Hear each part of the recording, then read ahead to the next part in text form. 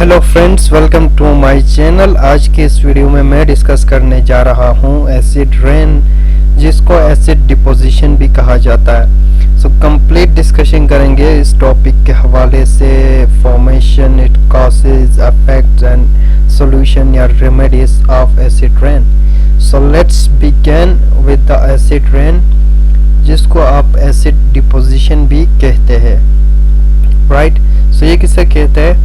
So it refers to any type of precipitation, यानी precipitation rain को ही कहते हैं ना, किसी भी टाइप की रेन हो जिसके अंदर नाम से ही पता चलता है एसिड। सो एसिडिक कंपोनेंट्स ज़्यादा पाए जाते हैं। सो मोस्टली हमारा जो एसिड रेन होता है वो उसके अंदर H2SO4 सल्फ्यूरिक एसिड होता है, या समटाइम्स नाइट्रिक एसिड भी होगा, ठीक है। उसको हम एसिड रेन कहेंगे।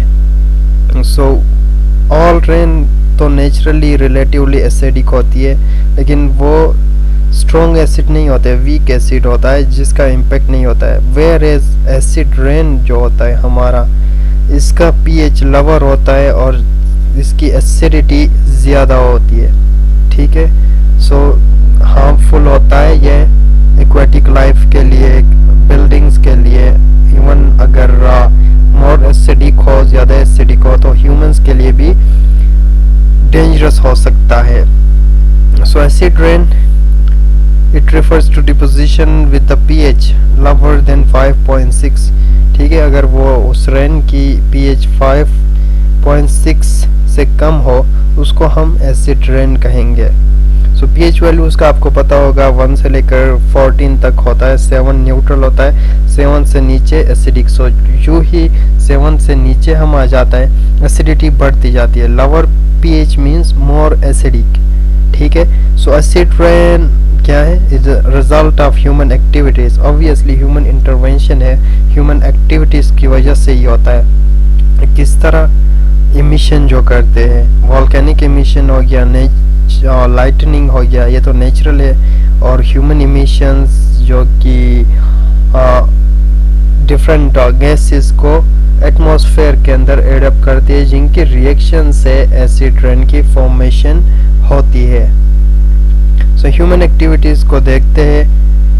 Caused by human activities, we release different chemicals into the air over the last few decades, ठीक है। केमिकल्स रिलीज करते हैं जिनकी रिएक्शन से H2SO4 सल्फ्यूरिक एसिड की फॉर्मेशन होगी और एसिड रेन बनेगा।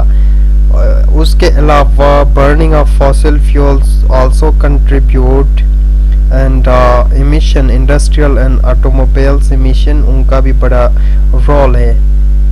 And apart from that, causes and sources of acid rain, उसकी क्या कॉजेज है? कॉजेज बता दिया, ह्यूमन और नेचुरल दोनों कॉजेज है। ह्यूमन के एक्टिविटीज, कंबस्शन, केमिकल इमिशन, और नेचुरल में लाइटनिंग, वोल्केनिक एरप्शन एक्सेट्रा। सो उसके अलावा फॉसिल फ्यूल्स यही बता रहा है। Electric power generators, they also account for 1/3 of SO2, sulphur dioxide को रिलीज करेंगे या नाइट्रोजन ऑक्साइड को रिलीज करेंगे इन्वायरमेंट के अंदर। Heavy machinery, vehicles, manufacturing industries, ये सब कुछ।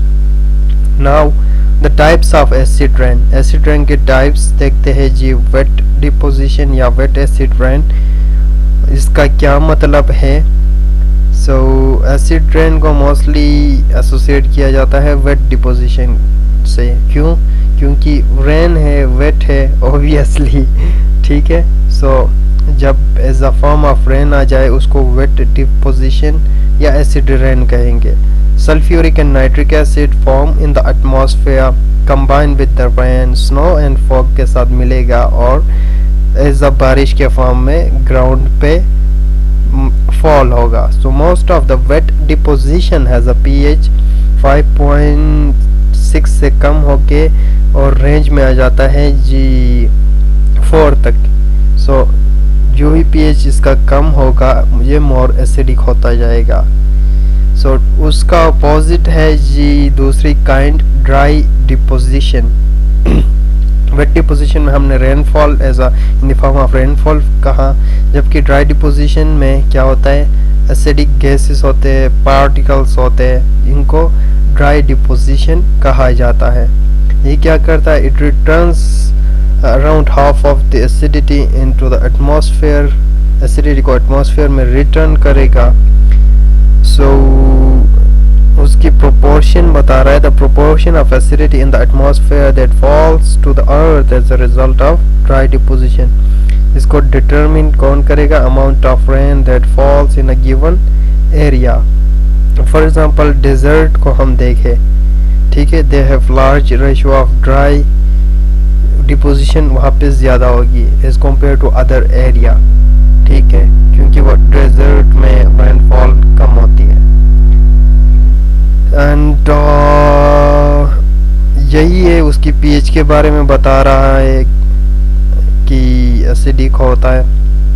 एंड एग्जांपल्स से समझते हैं। फॉर एग्जांपल यूएस की एग्जांपल दी गई है कि यूएस में ऑल्डर कोल बर्निंग पावर स्टेशन या इंडस्ट्रियल ऑपरेशंस ओहियो वैली में रिलीज करता है सल्फर डाइऑक्साइड और दूसरे पोल्यूटेंट्स, जिसकी वजह से एसिड रेन होता है, ठीक है। एक इंसिडेंट भी बताया गया कनाडा, जापान वगैरह। एंड एसिड रेन फॉर्मेशन, इसकी फॉर्मेशन किस तरह होती है एसिड रेन की। So as a result of chemical reaction हमने बता दिया था कि we release sulphur dioxide SO2, जो कि वाटर वेपर्स H2O के साथ मिलके H2SO4 सल्फ्यूरिक एसिड की फॉर्मेशन करते हैं, जो रेन के साथ मिल जाता है और उसको एसिडिक बनाता है, ठीक है। एंड अपार्ट फ्रॉम दैट, यहाँ पे केमिकल रिएक्शन देखते हैं।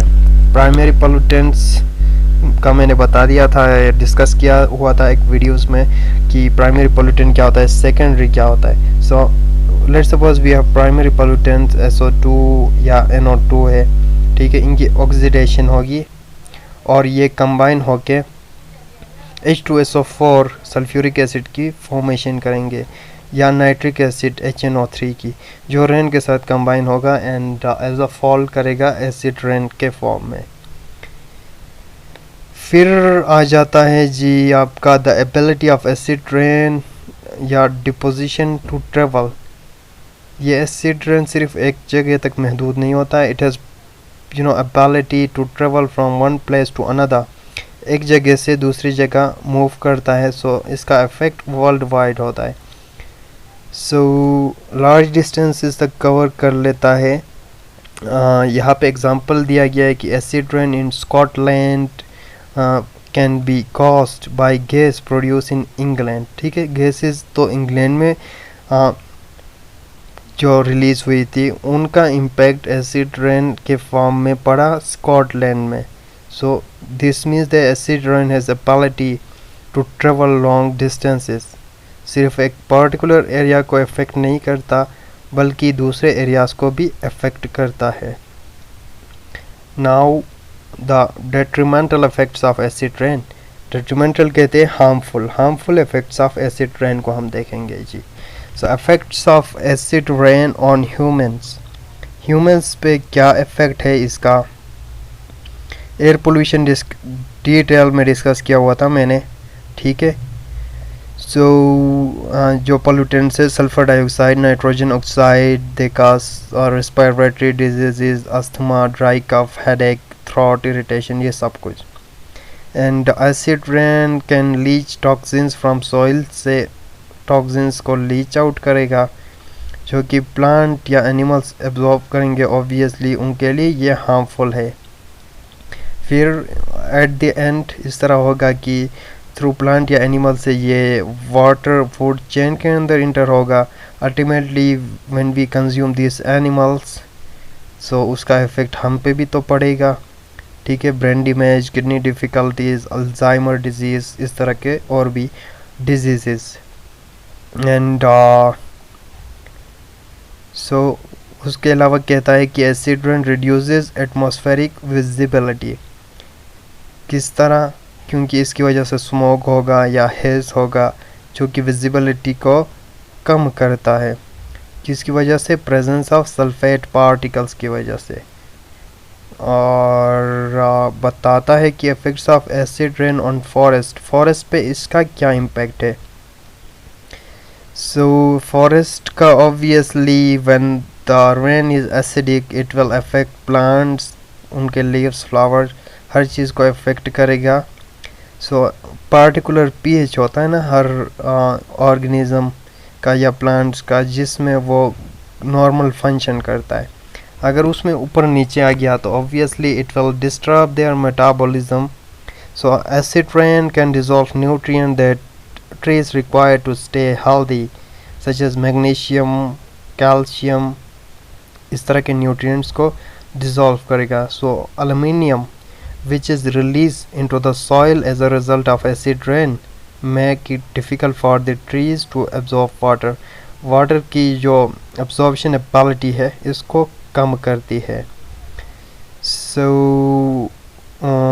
उसके अलावा हम देख लेते हैं जी, इनका इफ़ेक्ट दिखाया गया है एसिड रेन का फॉरेस्ट के ऊपर जर्मनी और चेक रिपब्लिक में। ठीक है, देखें क्या हालत हुई है बेचारे फॉरेस्ट की। So yes, effect of acid rain on lakes and streams के ऊपर इसका क्या इफ़ेक्ट है। ऑब्वियसली एसिड रेन एसिडिक होता है, पीएच कम होता है, so it will affect the marine life या एक्वेटिक लाइफ, जो लेक्स और स्ट्रीम्स के अंदर फिशेस होंगे उनको भी अफेक्ट करेगा। एंड दूसरे जो स्पीशीज है, फिशेस, फाइटोप्लैंक्टन्स, ट्राउट, फ्रॉग्स, ये सारे क्रेफिश एक्सेट्रा, उन सारों को अफेक्ट करता है। इवन डेथ भी हो जाती है इन ऑर्गेनिजम्स की if the rain is more acidic. And यहाँ पे दिखाया गया है, ठीक है, फिशेस की डेथ देखो इस तरह मर गए फिशेस।